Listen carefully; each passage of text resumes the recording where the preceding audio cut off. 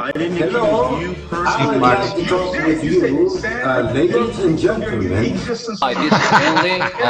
Well, marijuana. let me respond to you, Marijuana seed Mr. supply Rob service. Reed. You accuse me of that. Oh man, you I said a service because spirit of I Paris. don't have 2 or 3 or 4. I don't even have And your company was involved. another guy. Oh man, whatever seed, whatever this guy, Demon Man, Well, I know it doesn't Mr. exist anymore. Bruce Reed. You are the lawyer. How dare you rebuke Satan's name? And I rebuke name Yahweh HaMashiach. You are cursed on his back with your face 1,000 folds. 1,000 folds. Both of you are so puny, so puny. So puny. Sam, Dust. let's keep on what you said. Mira, that's incredible. Sam, So this is my response to you. Both of you. You wanna play? Mr. Bruce, you wanna play? Very simple. Let's play games in a lake of fire. What he wants more than anything is to find new Christians, somebody that doesn't really know him yet, know his games. That's going to be up to you guys now, because Brucifer, from now on, you're blocked. What's up, Wally? You're blocked, my friend. Someone else is going to have to witness to you now. All right. You know what? The things that you do, and you say things and then you deny, and I raise you and then you deny. What are you, man? Why are you here? what do you mean deny? Sam, I didn't deny. You admitted I said your company registered selling. Okay, and then you said, oh, when did I say that? When did I say that? Then I'm like, I'm thinking, wait a minute, did you say that? And then let me check. Maybe you didn't say. You demanded my apology, and I read you. Hey. When I read you that you did say that, you're denying. I demanded your apology when you Listen, said man, listen, hello, I'm taking back my apology because you accused of me of selling some crappy seed or something, all right? Well, there we have it. Let's see if this transition will pop right up. I sure hope so. What was that beep? Are you there, Mr. Bruce? Yes. All right, let's cross our fingers and hope that this works. Welcome to the Stupid Idiots. That's us. Well, I wrote this song for the Christian youth. How do we do I want to that? teach kids the Christian I don't know what's truth. playing right now. If you want to reach those kids on the street, then you gotta do a rap to a hip hop beat. So I gave my sermon an urban kick. My rhymes are fly, my beats are I think sick. it's my going groove in. is big and it keeps getting bigger. Oh, I think we're on now. All right, good. It went back. I had to take it. Did you hear that last? There was Whoa, an man, that's N-bomb a in major there. echo, dude. Huh? You know, okay, here's the thing that I'm noticing. I should have thought of this before, I suppose. It's like any other live chat. I can't see. See, I'm a stupid idiot. Stupidest. Stupidest. I didn't think about it. This acts. I mean, I'm looking at the Skype thing here, you know. So I'm thinking that. That I'm going to show up in Skype. No. I can't watch you. You can. You can't Unless I see have me a live. link to the live chat. Wait, are you watching the live chat or are you watching the video? I have the live chat popped out. I have the. I'm watching the video so I can see what's going on. If you watch, you can see my face. It will just be delayed by so many minutes. Oh, so when you were sending me a link, the link was actually to. Wait, you were going to send me a link. I realized, so I got to the Stupid Idiots channel, but if I watch a video, of course, there's like major lag behind it. Yeah. But we can talk real time, but you could at least see my face and see what's going on. So, welcome. It looks like everything is working, and this is our test run for the Stupid Idiots. We were called Stupid Idiots by one of our favorite friends here on YouTube, and the label stuck. Bruce is a guy that I've known on here. I don't know how many years for sure, but I probably close to 10 that I've known of him, and we've sort of talked back and forth. I respect him. I think he's got a great opinion. I think he's hilarious. He's one of the funniest guys on here. And my simple goal is to try and make Christians appear to be less strange and weird. What do you think about that goal, Bruce? Does that work? He's too busy typing. No. Oh, okay. I hear you. Yeah. Like, what would cereal be like without milk? You know, and a guy here, he's a dairy farmer. Wally in the box. So, Wally. Yep. Wally is a dairy farmer. And well, yeah, he has cows. You know, I know that. How many? I don't know. Does he play guitar? Is he in the guitar community? Yes.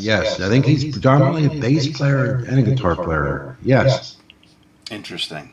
Very cool. And but I was thinking that when it comes to milk, you know, you need milk on your cereal, I would think.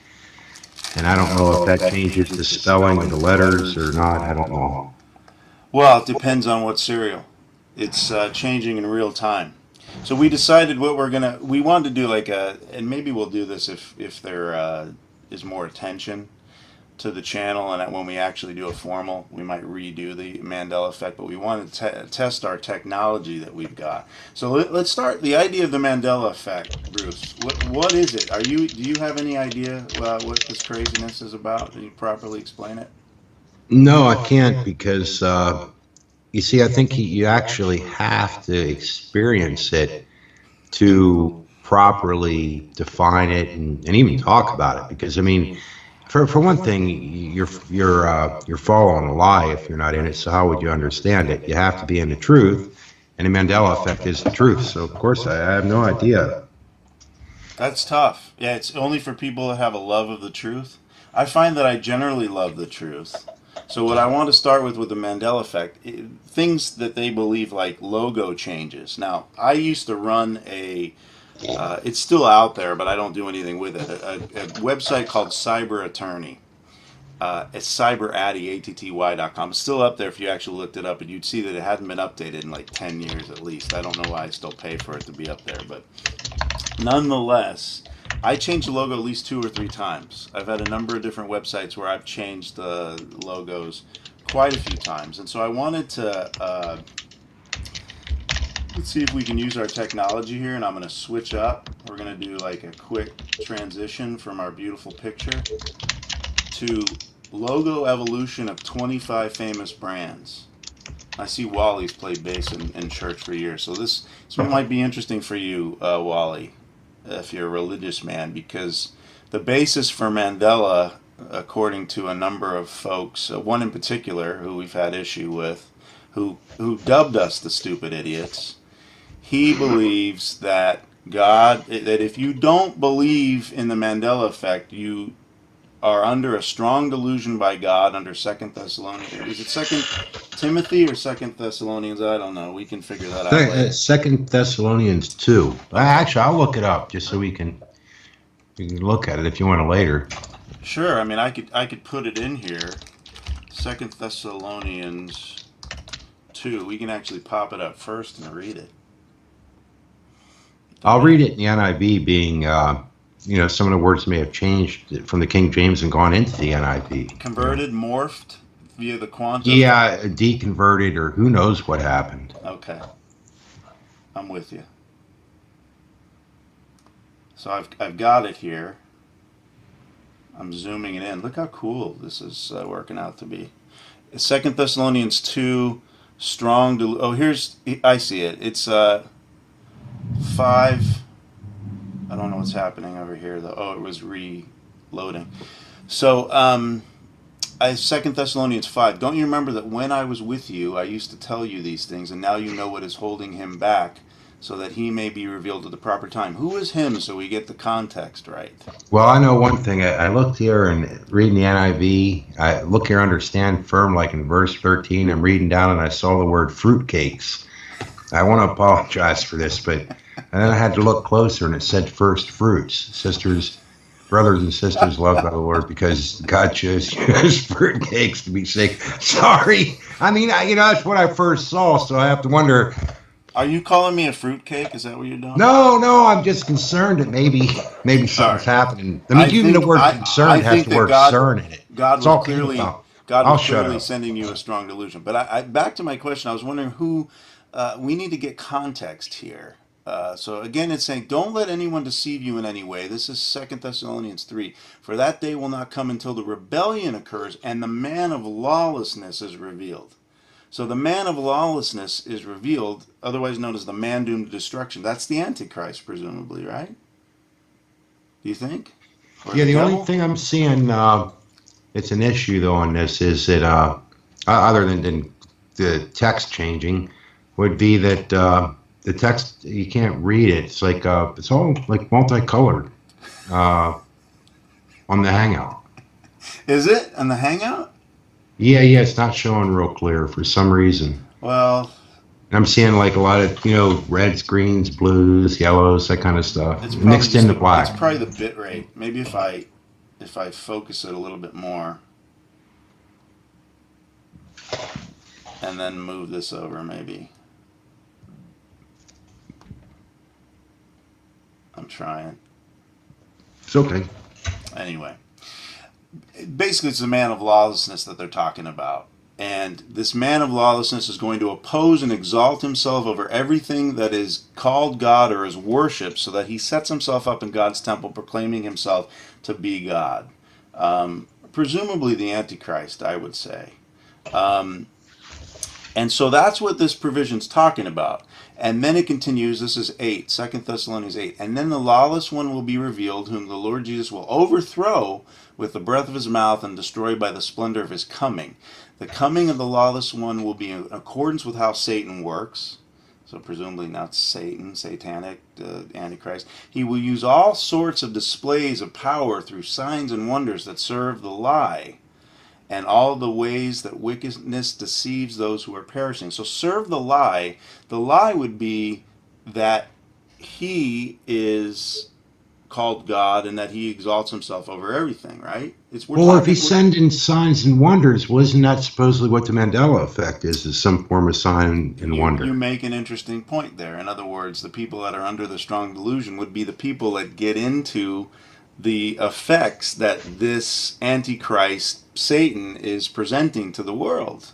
Yeah, that aren't happening, but they think's happening. I mean, that's pretty bizarre. You're making an interesting point right there. So that maybe the Bible here is speaking truth, but not in the way that some of our Mandelaites are saying. So, continuing on, we're talking about the lawless one. They perish, which is those people who believing the lie from the Antichrist. They perish because they refuse to love the truth and so be saved.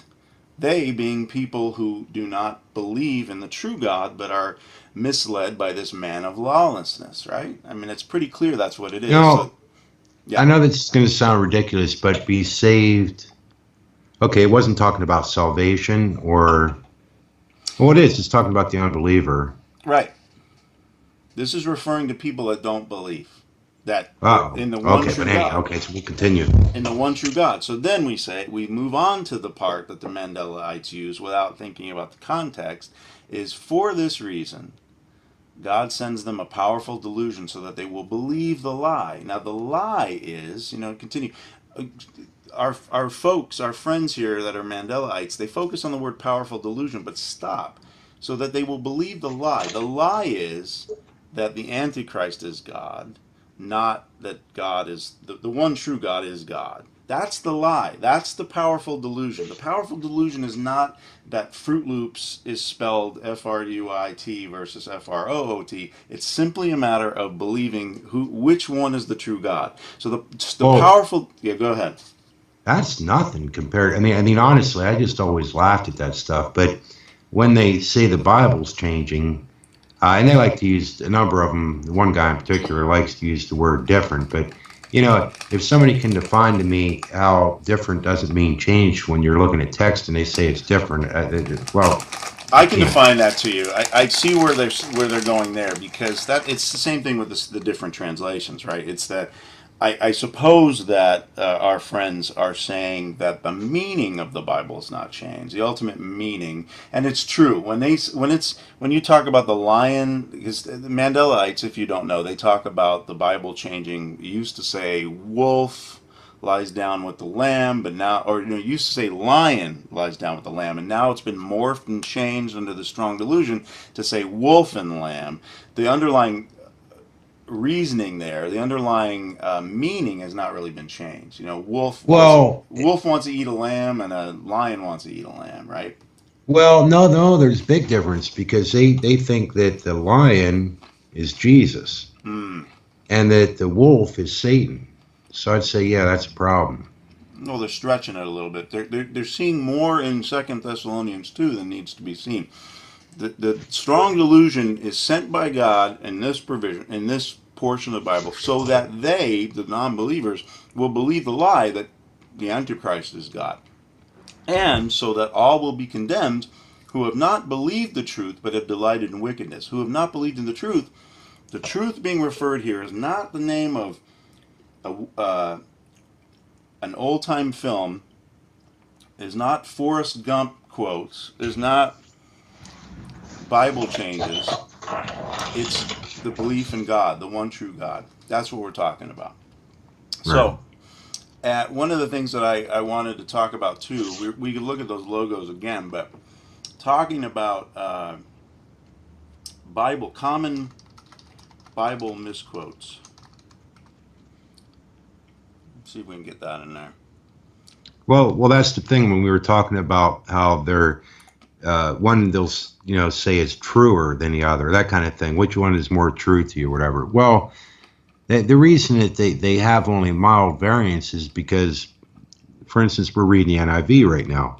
Well, if I looked into New King James or New American Standard or King James, whatever, I would see some minor changes. They wouldn't be major changes. Or even what is the Lord's Prayer, read from the Tyndale or something. They're going to be minor changes. They're not like big major. It's not like you're reading two different books or something, or so it's going to have similar meaning or the same meaning. Mm-hmm. That's the only reason. There. So looking at these samples of misquotes, let's see if we can. I'm going to unzoom it. All right. Give you some. Spare the rod, spoil the child. I'm sure that the Mandelites, who are also Christians and believe in the Bible, they'll say that people that say this, spare the rod, spoil the child, actually they might say it, because this is a common one. I've said this too. But it's a paraphrase of Proverbs 13:24. It's not actually in the Bible. It says, he who spares the rod hates his son, but he who loves him is careful to discipline him. It's not necessarily saying that the only way to discipline a child is with the rod. So the whole spare the rod, spoil the child part is a common misconception that is made by many, many Christians. So that's an interesting one. Money is the root of all evil. You've heard of that one probably? Yeah, that's an easy one, though. But I think Pink Floyd sang a song. Money. Yeah. It's a gas. But they revised that song, though. They don't like that song? No, they changed it to the love of money is the root of all evil, I think, eventually. Well, that would have to be the claim, right? So, anyway, the point is, it's all these cleanliness is next to godliness. Yeah. All things work together for good. God moves in mysterious ways. Pride comes before the fall. And there's a lot of others. These are common misconceptions. That's proof that it often happens in our brains. What happens is that we hear something, and I said this before. Another example that is made by Mandela-ites is in Casablanca is the phrase, play it, Sam. And everyone thinks it's play it again, Sam. And I said it before, that there was a Woody Allen film in 1972 called Play It Again, Sam. I'm showing it right now. Well, there was something there you did on Fruit Loops or something that said something about Toucan Sam or something. I don't know. Toucan Sam, I think, has always been the same. But there are characters that have changed. Like if you think about Cheetos, they came up with a Chester Cheetah, and there was somebody else beforehand. If you think about Camel cigarettes, which you might be familiar with, the Camel changed. camel looked like a regular camel, then they turned him into like this cartoon camel. So anyway, these things happen in common parlance. I only knew, for instance, what Play It Again, Sam, that's shown right now. I knew about this movie because my parents, when I was a young kid, they liked Woody Allen, so they saw stuff, and I heard about this. So when you hear and you see Woody Allen in a movie saying, "Play it again, Sam," you think that that just is what really happens. But I never saw the movie when I had used that in common parlance, "Play it again, Sam," as a joke if somebody was at a piano or something. And it wasn't until I saw the movie that I go, wow, it's "Play it, Sam." The Mandelaite claim is that it must be that through some form of transformation, quantum physics or whatever it is, God in his strong delusion has changed the dialogue even. Like he's made, after his own death, Humphrey Bogart was in heaven. Did he have to refilm the scene, or what happened in order to change that? What do you think? Well, I do think there's sin in this city. I don't know. Sex in the city. Sex in the city or sex in the city? No. It's sin now. They changed it again. Is it sin in the city now? Yeah. Sin God. in the city. Instead of they think it's sex and the city. It's hard to believe how much stuff's changing so fast on us. Totally. So this is a link I'm going to put in the live chat, which is some logos, because they talk about logo changes as if it means anything. And like I said, with my own websites, I changed logos quite a few times. It starts with shell logos. I don't know if you can see it yet coming up on your screen. It's probably delayed a good 30 seconds maybe. It's coming. But the shell logo has changed. It's up. Not yet, but it's coming. It's changed. It started in 1900, and it looked just like a regular shell. 1904, they lifted it up. 1909, 1930, it changed. 1948, they added color. They had the name in there. All of these things, it changed 1, 2, 3, 4, 5, 6, 7, 8, 9, 10 times, the shell logo. Microsoft changed quite a few times. Volkswagen, which is one that the Mandelaites refer to, has changed many times. And the list goes on and on and on. The point being that these Mandelaites are taking a concept, first off, misinterpreting the Bible, those that are trying to tie it into the Bible, and second of all, the fact that companies may decide for marketing or whatever else to change their logo. Why does that all of a sudden have to be God? Yeah, it's just weird. I was thinking, do you remember, I don't know if you remember these cars around, it was kind of a boxy, square-looking Porsche. It was called a 914. Do you remember that at all? Vaguely, yeah. Not an attractive car. No, but it was a cool car, though. It wasn't like, it was a low-end Porsche, but my understanding is, in Germany, it would have said Volkswagen. But here, they said Porsche. That stuff would have to drive these guys up a wall, Yeah, or how about the real spelling of color is COLOUR, and it really was God sending a strong delusion that makes Americans think that it's COLOR. And my goodness, I wonder what they do, like if they pick up like an early King James, where the U's or B's and everything. I mean, actually, what I find interesting is that kind of thing never comes into the conversation. Like you can't really get into that too much. They can't make anything of it. I mean, so they spelled different. Words were spelled different. Different things. Things happen. It's a social evolution. I guess if you're a Christian, you can't believe in evolution, so therefore you can't even believe in language evolution either.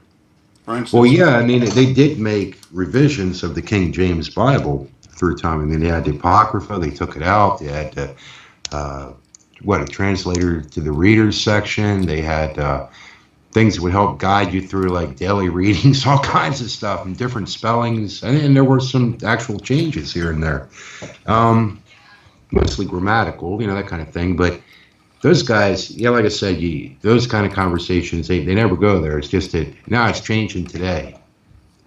Yeah, with Old English too. When King James was originally written, I'm sure this was the case, because I have a really cool old book from the House of Commons that my uncle from England he found, and you can see every S, and this was circa 17th century book. Every S is actually an F, the way they wrote it down. Right. And if you spend enough time reading it, you notice so that you can just start reading through it, though, you know. Oh, I'll be the first to say, and this is blasphemous, if you will, to the KJV onlyist.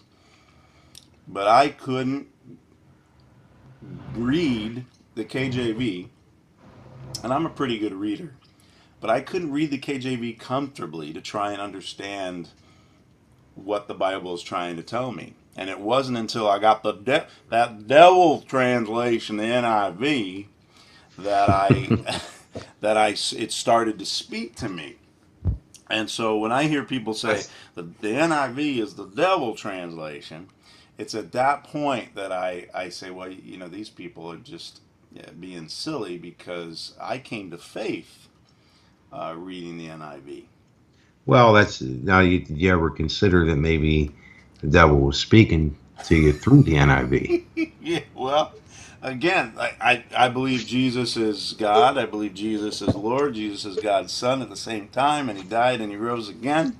I believe on that. We've talked about that before. That's problematic. No, because even the demons believe in it. They believe that, but they don't follow it. They don't believe on it. You understand that difference? I think we talked about that. Right. I got you now. We could talk about that to our viewers. Yeah, it's interesting though, you know, when I look at that kind of stuff. But the King James, I think it was a good translation. It is good translation, whatever, but it is hard. There are certain words that actually have opposite meanings here and there. There's some difficulties.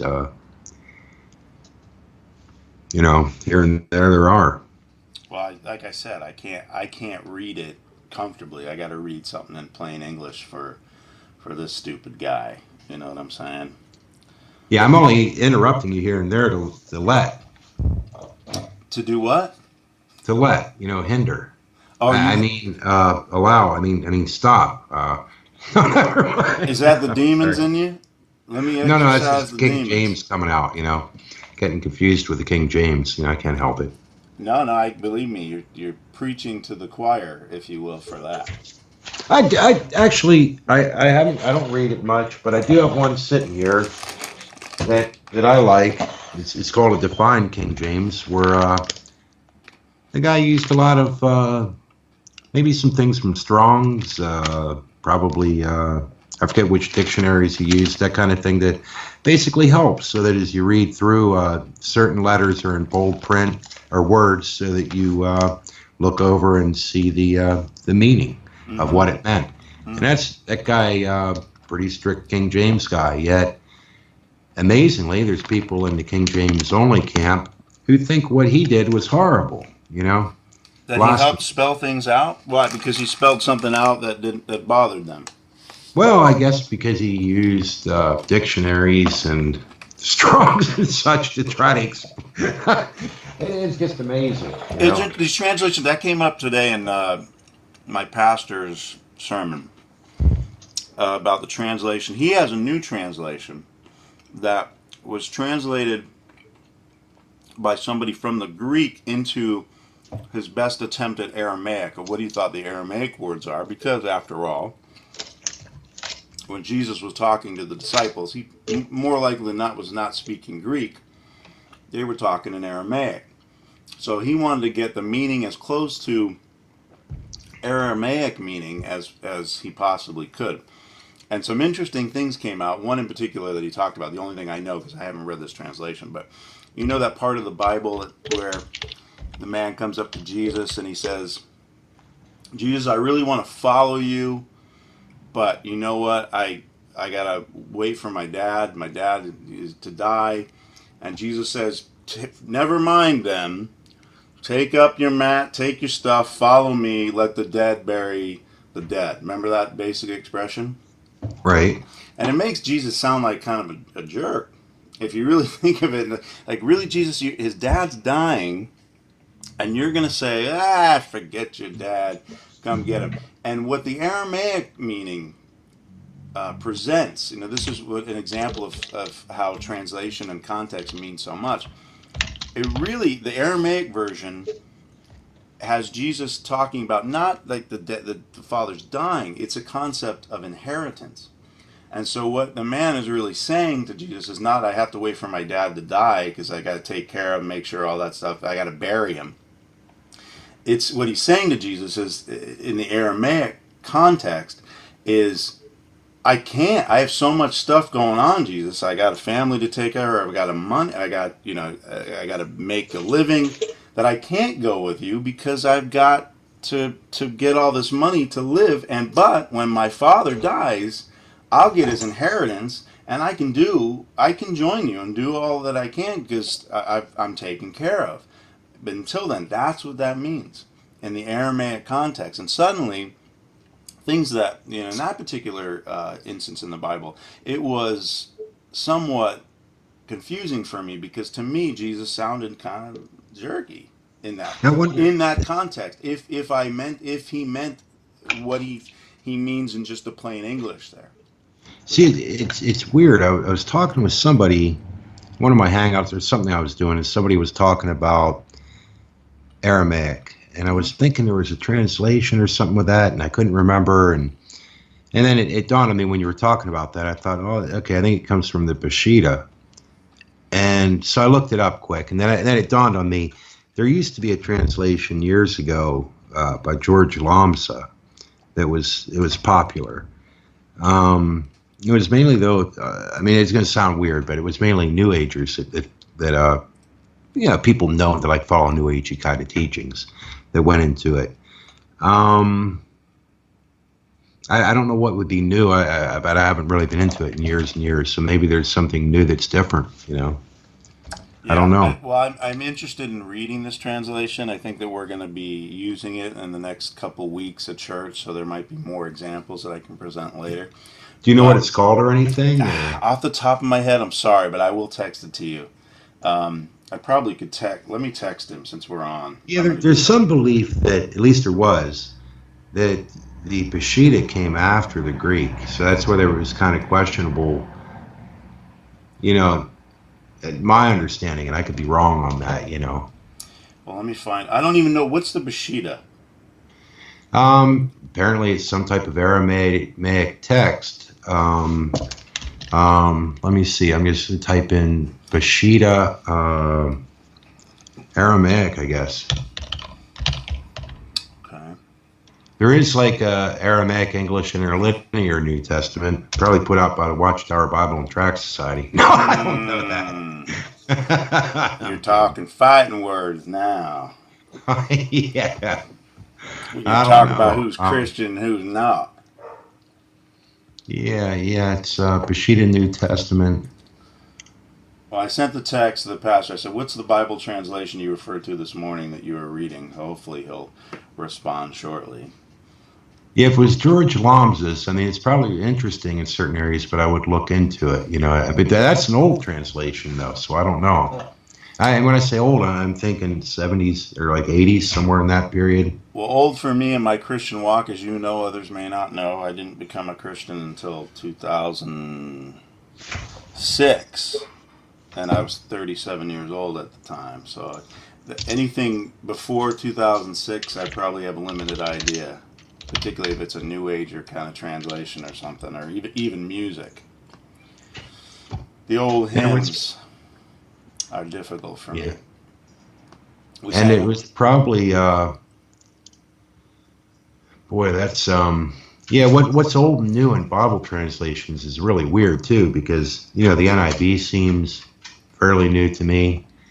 I guess the English Standard Version is one of the newer translations that I think is usually used by Calvinists typically. Really? Yeah. It's, you know, it's a matter, and it is a matter of word choices. You know, it might favor more their, you know, and I think they built that off of the New Revised Standard, which interestingly was considered to be more used more by liberals. You know, so I don't know. Liberals. It's kind of funny. Well, I would fit there. That's another reason why I wanted to have a little like video cast with you, is because we have different political philosophies. So yeah, but what's interesting though is that I was just thinking about this the other day. Now I realize if a conservative fundamental type thinker would hear me say this, you know, that, well, anyhow, I'll just say there's a difference between conservative and, let's say, maybe moderate's a better word than liberal, when it comes to understanding the Bible and just say Christianity or religion in general. You know, somebody could be that. But then when you get into politics,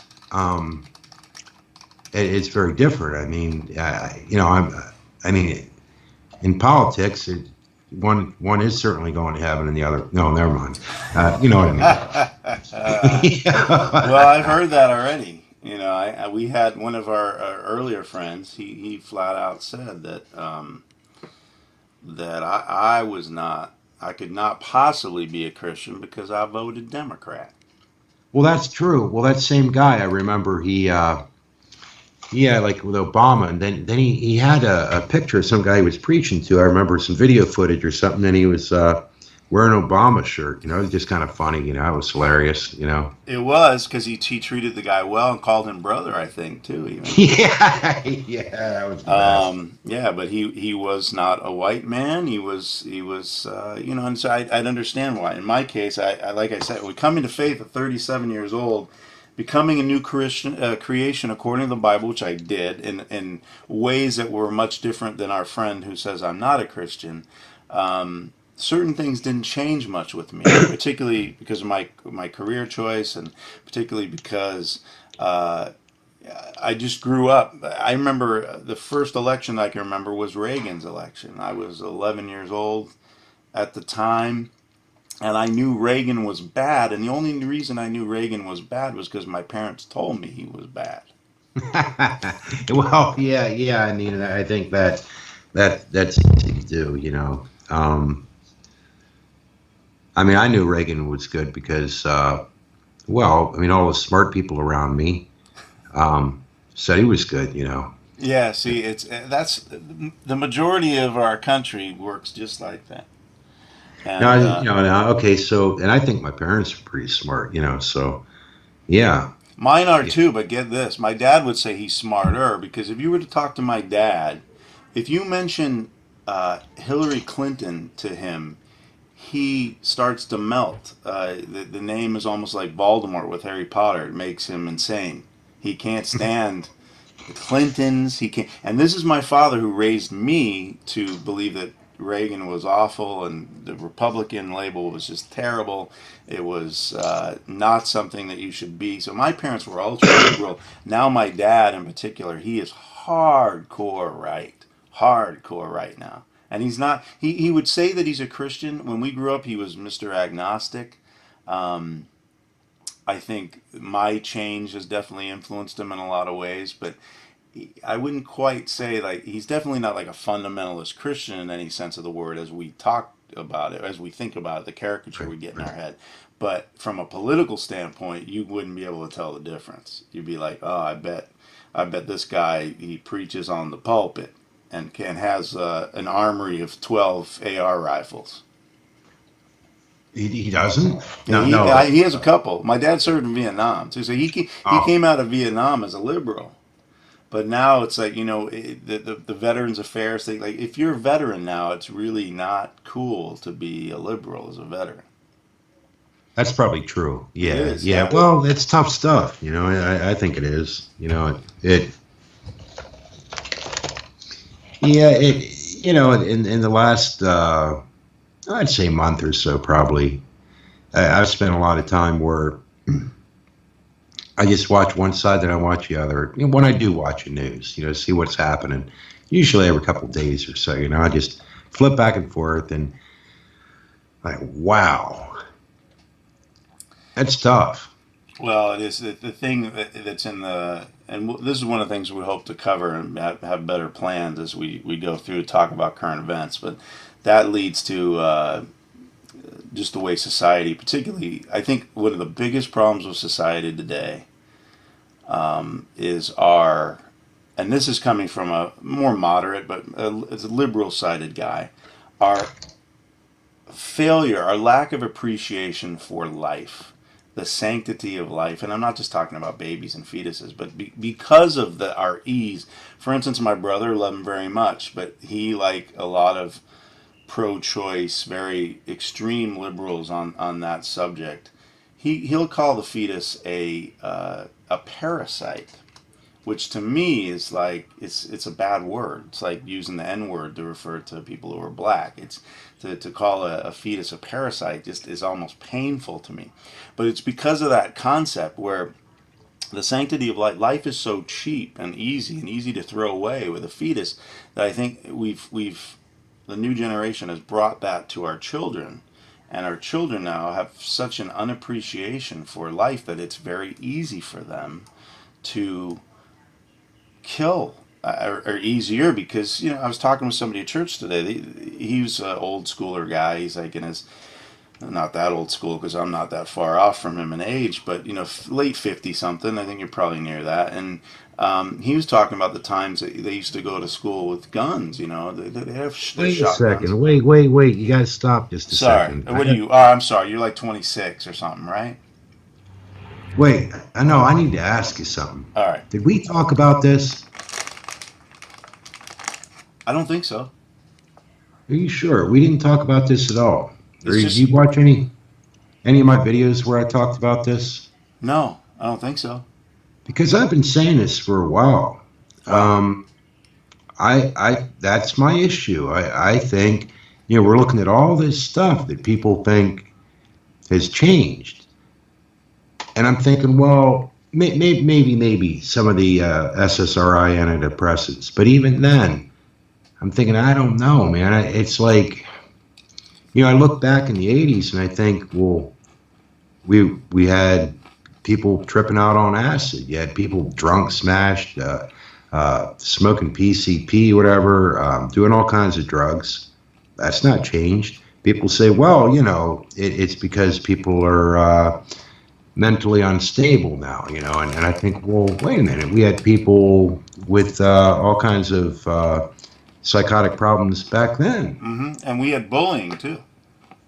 And we had bullying. More so. Imagine somebody that was effeminate, in school. But the weird part is, yes, he's absolutely right. I mean, you had schools where, around here, particularly, I know kids, I didn't get into that, but kids carried their rifles to school, like 22 target rifles, because they were on the shooting team. And in high school, that's probably junior high or something, I'm thinking, or high school.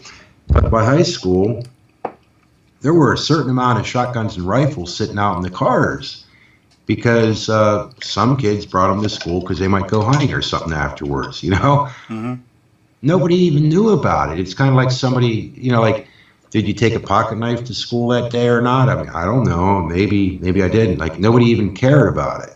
It didn't matter. It has. That's the weirdest part about it. Well, then we're on the right track. Then I haven't heard you mention that. I think we might have. Maybe we talked about that before because it's not a new idea for me.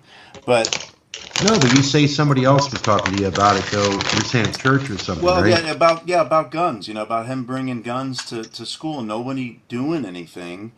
And again, I think that the common source of all that is our failure to teach our children appreciation for life. And it's things like the concept of fetuses as parasites and the ability to, I think of the YouTube video that went viral of the woman who gets on the screen and she says, I'm having an abortion right now. It was a chemical abortion. I don't know if you remember that. It went viral about 8 years ago. That's backed out. It was so horrible. And again, this is coming from a guy who doesn't wish for us to force women. It's a tough issue for me. I think that the law should be framed such that a woman has to have an ultrasound. I think a woman, before you do that, you have to be able to see. And that's so interesting to me. The abortion lobby wants to go against that concept. And why? Because they know the truth. Again, talking about strong delusions.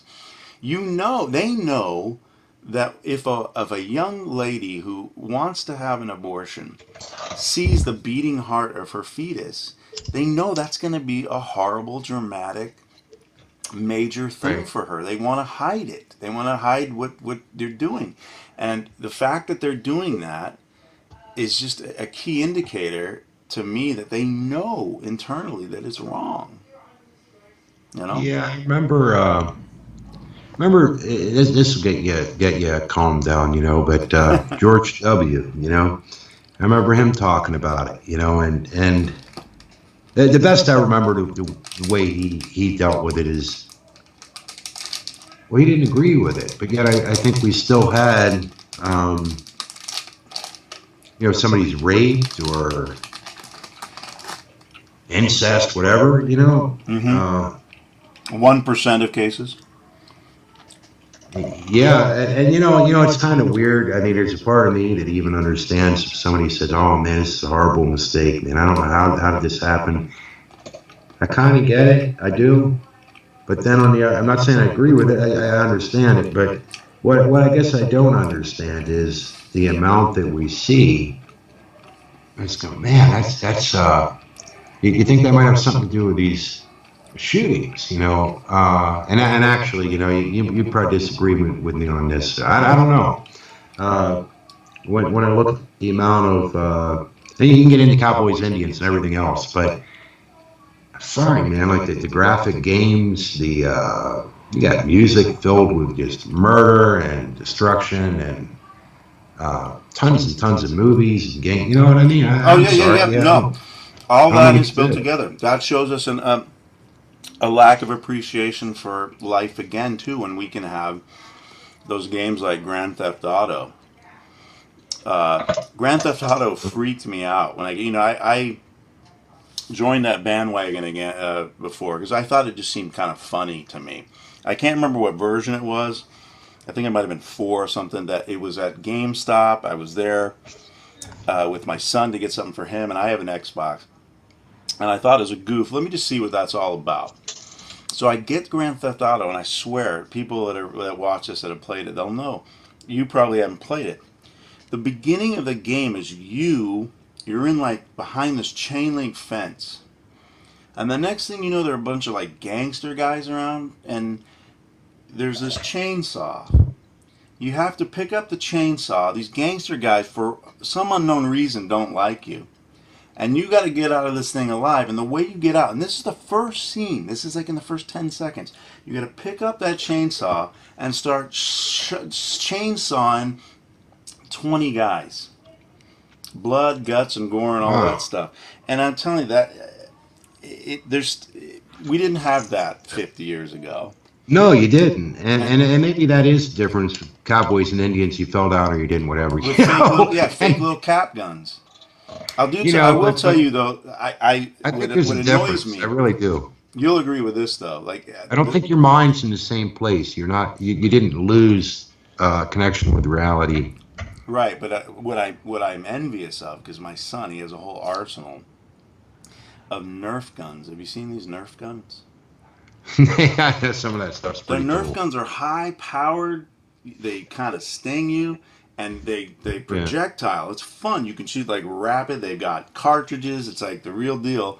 Sure. Yeah. That when we were playing Cowboys and Indians with little cap guns, or those kind of guns that just pop, bang, bang, bang, they had that little mechanism, and you had to pretend to get shot. With the Nerf guns, you get shot, and it hurts. Well, yeah. Look at paintball. I mean, actually, in defense, or even if somebody wanted to be aggressive and use it wrongly, I suppose you could argue that paintball, well, it would definitely be advantageous for defense and probably negative if you're on the attack. But I still think you're playing a game, and I understand people are playing a game. They know they're playing a game, but You know how a movie takes you somewhere else, or a game? Your mind is gone. And if somebody comes up and kind of awakens you from it, you know, and like gets your attention, you might be startled. Mm-hmm.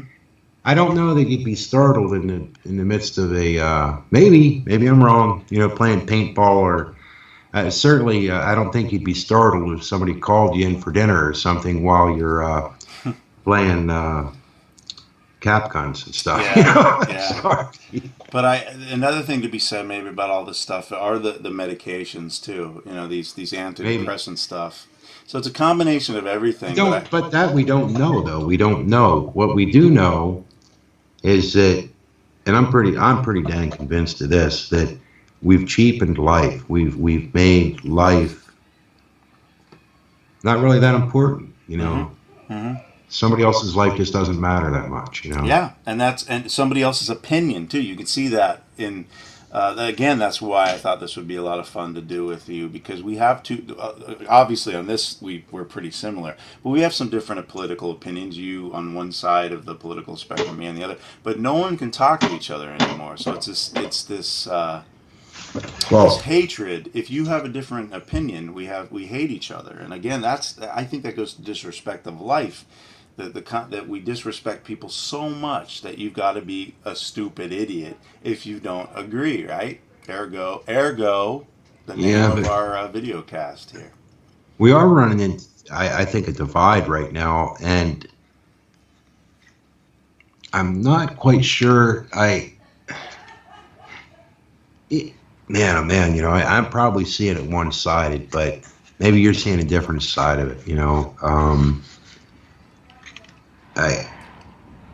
It's weird, you know. It's bizarre to me. It was something people talked about, the white person being treated badly years ago, and I kind of remember seeing that. Like when I'd see the college funds and such, I'd go, "What about me?" You know, geez, you know, I don't get anything. Right, I know what you're saying. Yep. And so I'm just saying, for me, like, but I sort of ignored it. I kind of went like, oh, okay, whatever, you know. Yeah, where's the dyslexics with a bad back college fund, you know? I just kind of joke about that, but I kind of like, you know, try to forget about it. But now I'm seeing more and more of that, and I'm going like, man, it's just getting people angry, you know. I'm not sure it's good. Well, I had somebody, because I was, if you will, you know, I hate to use this phrase, because I got to a great school. I went to UC Riverside. I'm totally happy with my college experience. But I had friends of mine who played football, and they weren't white. Right. And their GPAs were substantially less than mine. And one of the guys got into Berkeley. I didn't even apply to Berkeley because I knew I wouldn't have a chance to get in. It'd be a waste of money. He didn't last very long there, actually. I think that he was kicked out because he couldn't maintain grades. But he had a really lousy SAT, lousy GPA. And I thought, this affirmative action thing, you know, just kills me. I applied to UCLA. I didn't get into UCLA. And I remember talking to a young Hispanic friend of mine at the time. He was a little older, so I shouldn't say young. I was younger. And he really reiterated to me, made me see some light in it all, which was that in the inner cities, in the poor parts in particular, there's this endless cycle. There are no models. There were none, not as many, models of a guy that goes to school, does well, gets a good job, and gets out of that poor neighborhood. You know, they all strive for that, but they don't have the models of those. In fact, there's a lot of making fun of those kind of people. Like, wow, you're going to go and study. And you also think about the need, if they're single-parent families, even two-parent families, but the both parents need to work, so there's no one that is there to help with homework. So these kids don't do well in school. And so all of that, I started to go, you know what, all right, I get that. The only question in the problem is, like, how long does it go and when does it switch? And there will be a point in time, if we don't change it, that there will definitely be a point in time. And I think it already has evolved a little bit. Affirmative action isn't as strong as it used to be. But there's going to be a point in time where it will definitely flip over. And believe me, I'm speaking as a guy who lives in California, and I'm a minority. In most places I go now, I'm a minority. I'm in the Little League. I'm a coach in a Little League, and I would say the percentage of Caucasians in my Little League, and I'm in what was once a notorious, the Little League's in what was a notorious white area. It's a place called Granada Hills.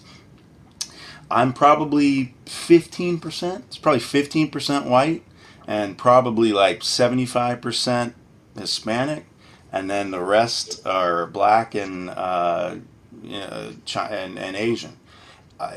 I'm a minority already, so there's going to be a point in time where you're going to go, well, when do the whites get affirmative action? Then it's coming. Yeah. I mean, and it's a strange thing. Like I was watching some of the Starbucks kind of things, and I just feel like, wow, I mean, and they're making jokes of it and stuff because it does get ridiculous. I mean, it's kind of like you can't ask for black coffee, you can't, you could ask to leave the white stuff out. I mean, I'm not trying to be cruel or anything. I'm saying, I mean, what can you and can't you say now? And it's strange. Like, a friend of mine, I haven't seen him in a while. He moved away, but he wrote books and mainly autobiographies, and he was like writing about sports. And anyhow, and he managed Christian bookstores. One in particular around here he did. And I don't know. I remember one time him and we went out and we were sitting at dinner or lunch, whatever. And we were talking, and I said, well, I'm kind of racist, I guess. He said, no, you're prejudiced. He said, we all have prejudice, we grew up with. But then people I know that are more liberal, they'd say, no, you're racist. I'd be like, well, I don't know. My black friend here says I'm not. And, no, he's wrong. You're definitely racist. I'd be like, It's hard. We can't have such thin skin when it comes to that stuff. If somebody has a certain opinion, I say this to my son. I would say this to my mother. I'm sure she said it to me. It was probably where I got it. But just because somebody says something doesn't mean it's true. Just because Bruce, somebody calls you a stupid idiot doesn't mean it's true. Well, but I think that I think kind of what my friend was saying though was we at least a lot of us, I guess, are going to have some prejudice in how we grew up. Sure. And for sure. He's saying he does. It's sort of but I guess it's what you do with it. And you try to see people as people. Mm-hmm. I think that's very important. It's.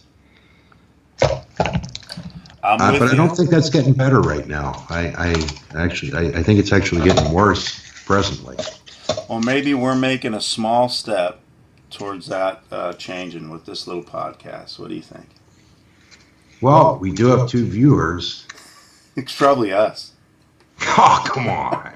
But that's all right. So this was a good run through. Hopefully folks will watch. We have to decide on a day that I think we were talking about Mondays, which is tomorrow. Might be too soon, or we could plan it for the following Monday. Yeah, sure, whatever works for you. But this is I kind of like the setup. Let me know what you think of the setup. If you're watching right now, let me know what you think of all this setup. We have the little screen there that's on is on the left there, or be your right viewing this, that will have things that we're talking about, and I think that worked fairly well. Unfortunately for you, we'll have to figure out a way for you, Bruce, to be able to see it on the fly. There might be a way that I could broadcast it somewhere else too, so you'll be able to see it. It's a shame you can't really share the main screen right now, and especially where my pointer is, right? No, I can't see it. it. I am having a blast taking the pointer and sticking it in your nose. That sounds familiar. Somebody else here. Let me give it to him because he'll probably do a video about this one. Yeah, I did this first with my own nose, and I realized, well, hey, what am I sticking this thing in my nose for when you're right over here? Exactly. No, I can't. Well, I'm going to do it back at you, and you might be able to see it though. See, it's. I think it's on the screen actually. So I have control. I'm right there, all over your nose. Sorry. Look, see? I'll do me. Oh, I don't know if I can. See, I won't see it for a bit. No, I can only do yours because you're in the Skype window there. There you go.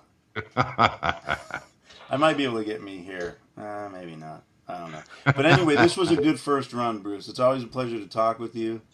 And, Yeah.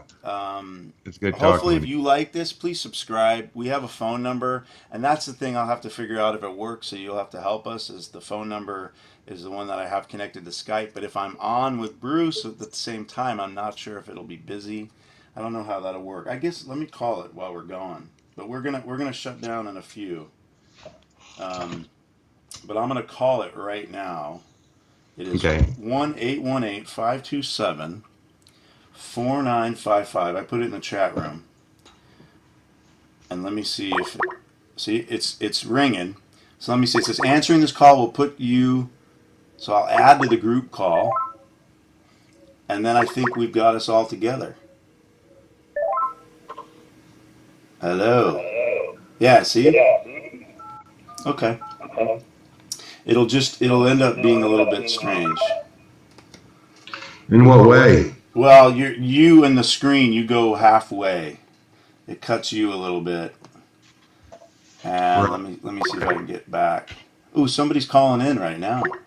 Oh, they are? Yeah. Is that you? It's probably you.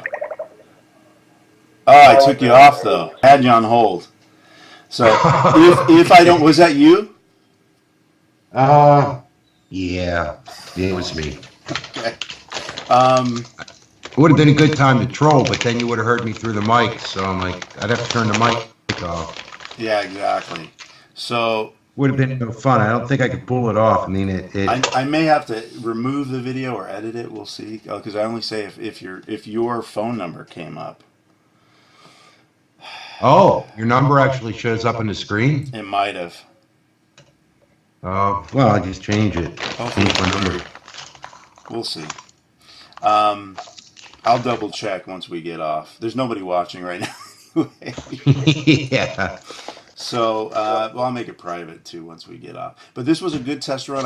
Let me know what you think, how it looks. I think it looks pretty cool. Yeah, it's nice. Did a good job, Rob. Yeah, I went white instead of black. No offense. Because I first had a black screen, and I felt white might look a little sleeker. Kind of mixes in better. Background. Yeah, I'm not real big on that. The thing about like a black background with white print, I don't like white print.